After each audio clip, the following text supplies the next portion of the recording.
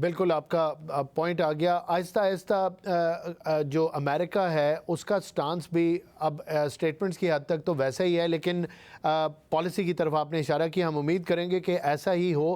ایران کی اگر کچھ بات کریں اور پاکستان کی بات کریں تو ریسنٹ ٹائمز میں ہمیں وہ گرم جوشی میں تھوڑی سی کمی نظر آئی. ایسا لگ رہا تھا جیسے پاسچرنگ جو ہے وہ زیادہ فارمل ہو گئی ہے. اس سے پہلے پاسچرنگ کافی کورڈیل تھی. تو آپ اس کے اوپر کیا کہتے ہیں؟ کچھ ایسی امیدیں تھیں ایران کو پاکستان سے یا پاکستان کو ایران سے جو پوری نہیں ہو سکیں, تو تھوڑا سا فارملائز ہو گیا یہ ریلیشن شپ, اور اس کے اندر ہم نے کچھ اس کو دیکھا. میں یہ تو نہیں کہوں گا کہ بالکل ہی کولڈ ہو گیا, لیکن پہلے کی طرح کی گرم جوشی نظر نہیں آئی. کیا یہ امپریشن درست ہے؟ میں اس کے دو محرکات آپ کے سامنے رکھ دیتا ہوں. ایک تو یہ کہ جو ہمارا معاہدہ ہوا ہے جس میں چونکہ سعودی عرب ہے, اور سعودی عرب اور ایران کے درینہ ٹینشن تھی جو کہ ابھی کم ہوئی ہے, چین نے کم کروائی تھی, اور پاکستان بھی میرے خیال یہی کوشش کرے گا, برج کا کردار ادا کرے گا. اسی لیے ایران نے اس کا خیر مقدم بھی کیا ہے. شروع میں تھوڑا سا ایک آدھ بیان آیا تھا, لیکن اس کے بعد آپ نے دیکھا تھا معاملہ جب ہمارے انٹیریئر منسٹر گئے ہیں اس کے بعد معاملات ٹھیک ہو گئے ہیں کسی حد تک بہتر. لیکن آپ صحیح کہہ رہے ہیں کہ تھوڑا سا وہ اس لیے ہے کہ اصل میں جو اب یہ میری اسیسمنٹ ہے جو میں دے رہا ہوں, کوئی فیکٹ نہیں میں کہتا. دیکھیں آپ کی معیشت بہت کمزور ہے. آپ کی کمزور معیشت کی وجہ سے آپ کی خارجہ پالیسی آزاد نہیں ہے. مجھے مطلب یہ میری اسیسمنٹ ہے, آئی کین بی رانگ. بالکل. تو آپ جن ملکوں کے ساتھ تعلقات اچھے کرنا چاہیں گے, مثال کے طور پہ اپنے نیبرز کے ساتھ, آپ کو باہر سے کوئی ٹینشن پیدا کی جائے گی یا آپ کے سٹرنگز کھینچے جائیں گے کہ آپ نے یہ نہیں کرنا ہے. میں ہمیشہ سے اس چیز کا قائل ہوں کہ افغانستان سے آپ کے تعلقات ٹھیک نہیں ہوں گے جب تک کہ آپ کی خارجہ پالیسی آزاد نہیں ہوگی. ایران سے آپ کے تعلقات ٹھیک نہیں ہوں گے جب تک کہ آپ کی خارجہ پالیسی آزاد نہیں ہوگی. خارجہ پالیسی آپ کی آزاد اس وقت تک نہیں ہوگی جب تک آپ معاشی طور پہ مستحکم نہیں ہو جاتے. معیشت مستحکم اس وقت تک نہیں ہوگی جب تک آپ کا لا اینڈ آرڈر ٹھیک نہیں ہو جاتا. لا اینڈ آرڈر اس وقت تک ٹھیک نہیں ہوگا جب تک یہاں پر انصاف نہیں برپا ہو جاتا, سیاسی انصاف, معاشی انصاف, معاشرتی انصاف. تو بات شروع ہوتی ہے انصاف سے, اندرونی انصاف, لا اینڈ آرڈر, اکانومی بہتر ہوگی, آپ آزاد ہو جائیں گے باہر کی ڈکٹیشن سے, اور آپ کے تمام ملکوں سے تعلقات اچھے ہو جائیں گے نیبر سے. یہ میری تھیوری ہے. بالکل جنرل صاحب آپ کا پوائنٹ آ گیا. ناصر شیرازی صاحب بھی ہمارے ساتھ موجود ہیں, ان کو بھی گفتگو کا حصہ بناتے ہیں. ناصر صاحب آپ کی تشریف آوری سے پہلے جنرل صاحب سے گفتگو کر رہا تھا, ان کے آگے کچھ سوالات میں نے رکھے جن میں مین کویسچن میرا یہ تھا کہ امریکہ شاید نیوکلیئر آپشن ایران پہ یوز کرنے کی کوشش یا مشاورت کر رہا ہے. صدر ڈونلڈ ٹرمپ نے بھی کہا, ان کی ایک ایکس کانگریس وومن ہیں مارجری ٹیلر, انہوں نے بھی اس چیز کی طرف اشارہ کیا. کویسچن میرا آپ سے یہ ہے کہ کیا آپ کو لگتا ہے کہ U S nuclear option Iran پہ یوز کرنے کی کوئی مہم جوئی کرے گا؟ دوسرا, ایران کے حالات بہت زیادہ معاشی طور پہ خراب ہیں, 66% پہ ان کی جو انفلیشن ہے وہ پہنچ گئی ہے. ان دونوں ہی سینیریوز کے اوپر ان کی کنسٹرینٹس یا اگر کوئی مہم جوئی ایسی ہو سکتی ہے اس پہ پلیز کامنٹ کریں.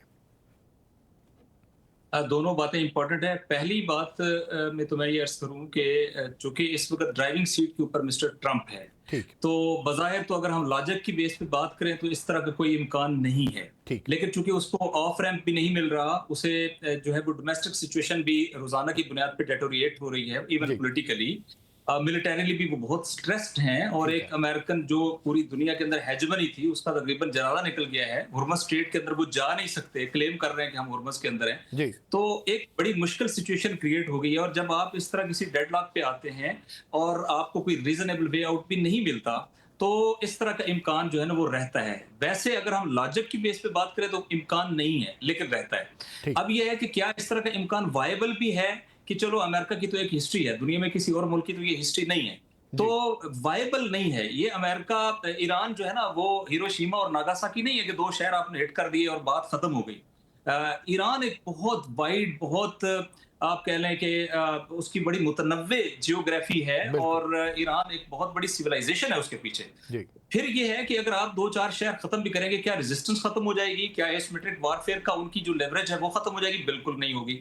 تیسرا یہ ہے کہ آپ اس طرح کے عمل کے ذریعے سے ایران کو دیکھیں, میں نے مختلف جو اس شعبے کے ماہرین ہیں وہ نیوکلیر ان کے ساتھ بھی بات چیت کی. وہ کہتے ہیں کہ سب سے مشکل ہوتا ہے کہ آپ 3.5% کریں اور پھر 20% تک لے کے جائیں. جب وہ 60% تک ایمریج کر چکے ہیں اور دے ہیو 420 kg کا ان کے پاس اسٹاک پائل ہے, تو کیا اس کے نتیجے میں امریکہ ان کو پش کرے گا کہ وہ خود ایک نیوکلیر اسٹیٹ بننے کی طرف چلے جائیں؟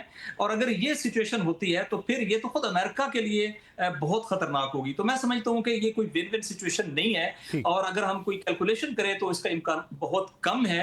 اور ایران نے بہرحال جیسے آپ نے کہا نا کہ ایس میٹرک وارفیئر سے انہوں نے ان کی ایریل سپیریورٹی ختم کر دی, انہوں نے ان کی اسٹریٹجک کیریئر گروپ کی سپیریورٹی ختم کر دی, وتھ میتھ آف انوینسیبلٹی ختم کر دی, اور اس خطے کے اندر امریکن جتنے بیسز تھے ان کو ولنریبل بنا دیے بجائے اس کے کہ وہ ان کی پاور رہتے.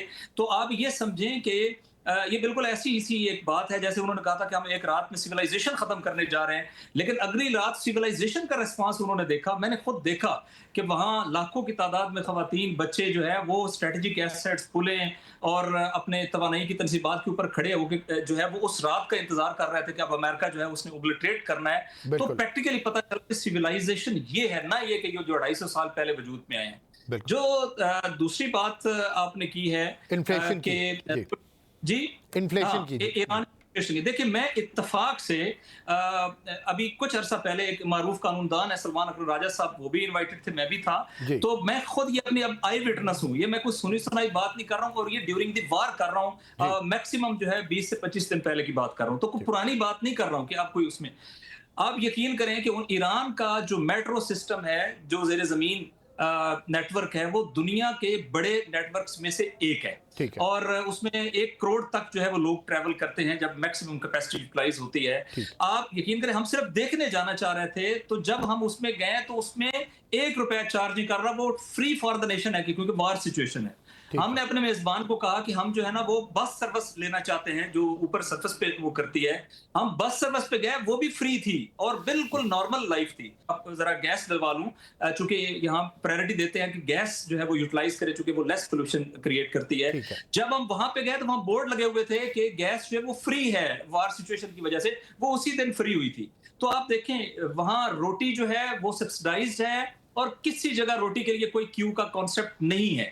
وہاں پہ کمیونیکیشن آپ کی اتنی سستی ہے, بجلی آپ کے لیے وہاں پر بہت چیپ ہے, اور کہیں بھی بجلی جانے کا کانسیپٹ نہیں ہے. وہاں پہ اب آپ کی ٹریولنگ اس سطح پہ ہوگی, تو جو بیسک لائف ہے نا وہ وہاں اویلیبل ہے. پریشر ہے, سٹریس ہے اکانومی کے اوپر, لیکن لوگ ایک طرف اپنی اکانومی کے حوالے سے اس جنگ کو خود دیکھ رہے ہیں, اور وہ اس جنگ کا صرف ایک یہ پہلو نہیں دیکھ رہے کہ یہ جنگ ہے اور اس کے نتیجے میں وار اور شکست, وہ اس کے نتیجے میں ڈس انٹیگریشن دیکھتے ہیں.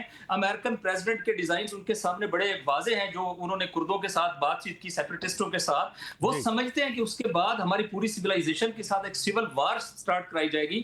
تو انہیں جب دشمن کی آئیڈینٹیفیکیشن ہے, تو آپ یہ سمجھیں کہ اس وقت اکانومی کم میٹر کرتی ہے چونکہ وار سچویشن ہے. اس وقت ان کی ڈگنیٹی, ان کا پرائیڈ, ان کا جو علاقائی آپ کہہ لیں کہ لیوریج ہے کہ انہوں نے ہرمز کو کنٹرول کرنا ہے, یہ زیادہ میٹر کرتا ہے. آپ تصور کریں اس سویلائزیشن سے آپ لڑ رہے ہیں جو کئی ہزار سال سے ہرمز کا اور پرشین گلف کا دن بناتی ہے. ہم تو ہمارا تو پرشین گلف کے ساتھ کسی اور کا تعلق اور طرح سے ہے, ان کا جذباتی اور تاریخی تعلق ہے, تو وہ بالکل اور جگہ کے اوپر کھڑے ہوئے ہیں. ان کے ہاں اس وقت ریونج کی کیفیت ہے, وہ اپنی سپریم لیڈرشپ کی شہادت کو جو صبح اٹھتے ہیں ان کے ذہنوں میں یہ چیز آتی ہے, ان کے ذہنوں میں روٹی نہیں آتی, ان کے ذہنوں میں یہ آتا ہے کہ ہم نے کیسے اس کا ریونج لینا ہے. اس کا امپیکٹ جو ہے وہ نیٹو, دنیا کا پاورفل ترین ملٹری الائنس, اس میں امریکن پریزیڈنٹ کے ریسپانس سے آپ دیکھ سکتے ہیں کہ وہ ایک فوڈ کیٹرنگ وہیکل کے اندر جو ہے وہ موو کرتا ہے اور اپنے آپ کو بچاتا ہے. تو اس سے آپ اندازہ کریں کہ وہ اپنے آپ کو بالکل ولنریبل نہیں سمجھتے, وہ سمجھتے کہ ہم جس زمین پر ہم نے وہیں رہنا ہے, اور امریکہ جو ہے اس وقت مشکل میں ہے اور وہ بلیڈ ہو رہا ہے. تو یہاں ممکن ہے اکنامک سٹریس کو میں ڈینائل نہیں کر رہا ہوں, بالکل ہے, مہنگائی ہے, لیکن اس کے مقابلے میں جو ول ٹو فائٹ اور ریزسٹ ہے وہ بہت اوپر ہے اس کا گراف, اور بالکل ایسی کیفیت ابھی نہیں لگ رہی کہ جس سے ہم یہ سمجھیں کہ ایران جو ہے وہ اس اکنامک سٹریس کی وجہ سے کہیں کمپرومائز ہو سکتا ہے یا کہیں اپنے اندر کمزوری فیل کرے گا. بڑی تفصیل سے آپ نے اپنی رائے کا اظہار کیا. جنرل صاحب آپ سے ایک آخری سوال کر لیتا ہوں, پھر پروگرام کو کلوز کروں گا.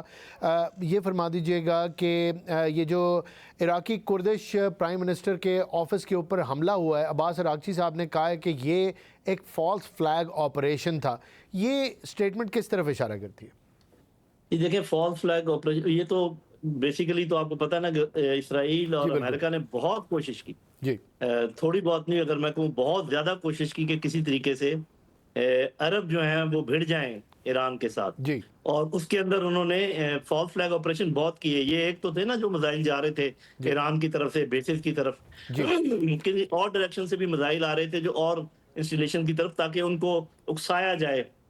لیکن میرا خیال ہے کہ پاکستان نے بھی اس میں رول ادا کیا، اور عرب بھی اس طریقے سے وہ نہیں اس گڑے میں گرے. بہت انہوں نے عقل مندی کا ثبوت دیا. یہی کوشش ان کی عراق میں ہے کہ عراق میں آپ کو پتہ ہے کہ دونوں قسم کے فیکشنز ہیں، پرو ایرانینز بھی ہیں اور ان کی مخالفت بھی والے بھی ہیں. تو وہ یہ چاہ رہے ہیں کہ ان میں بھی آپس میں جھگڑا پیدا کیا جائے اور ایران کے خلاف کیا جائے اس کو. تو یہ وہ اس میں بھی ناکامی ہوگی، کیونکہ اس میں کوئی شک نہیں ہے کہ فالس فلیگ ہو سکتا ہے، کیونکہ جیسے پہلے عرب نہیں اس جنگ میں انہوں نے اپنے آپ کو جھونکا، تو میرا نہیں خیال کہ عراق بھی اس طریقے سے اس میں شامل ہوگا. یہ بھی ان کے جو پلان وہ ناکام ہوگی. تو یہ ساری کوششیں جاری ہیں، لیکن میں نے لب لباب اگر میں آخر میں کہوں یہی ہے کہ یہ اسرائیل کو اپنے معاملات کو کنسولیڈیٹ کرنے کے لیے ٹائم دیا جا رہا ہے. وہ ٹائم تقریباً ختم ہو جائے گا 1-2 ہفتے میں. بات چیت کے علاوہ اور کوئی راستہ نہیں ہے. جنگیں دونوں سائڈیں جو اسٹیل میٹ کا شکار ہیں. کوئی کچھ نہیں کر سکتا جب تک کہ بہت بڑی تبدیلی نہ لے کر آئے، یا تو نئے قسم کے ہتھیار استعمال کرے یا نئی ٹیکٹکس استعمال کرے ایران، جس کا بھی مجھے کوئی امکان نظر نہیں آتا. تو دیکھیں، اور دعا بھی ہم کرتے ہیں کہ اللہ تعالیٰ امن لے کر آئے، اس خطے کو سانس لینے کا موقع ملے، پوری دنیا کو سانس لینے کا موقع ملے. جی بالکل آپ کا پوائنٹ آ گیا، آپ نے بالکل درست سمت میں اشارہ کیا. یہی دعا کرتے ہیں کہ اس خطے میں بھی امن، پاکستان میں بھی امن ہو، اور پراسپیرٹی کا دور ہم بھی دیکھیں. جس طرح کی ایگزامپلز ناصر شیرازی صاحب نے ایران کے حوالے سے دیں کہ جنگ کے اندر بھی ان کی میٹرو بھی فری ہے، پیٹرول بھی بڑی ایک فیئر اور سستی پرائس پہ ملتا ہے، عوام فیسیلیٹیٹ ہوتی ہے، اور ان کی غربت اور ہماری غربت میں فرق ہے. تو امید کریں گے کہ ایران میں بھی امن ہو اور پاکستان میں بھی ترقی کا ایک بڑا لمبا دور چلے، جس میں حقیقی ترقی پاکستانی بھی حاصل کر سکیں. اس کے ساتھ ہی آج کا پروگرام ختم کروں گا. کل آپ کی خدمت میں پھر حاضر ہوں گا. مجھے اجازت دیجیے. اللہ حافظ.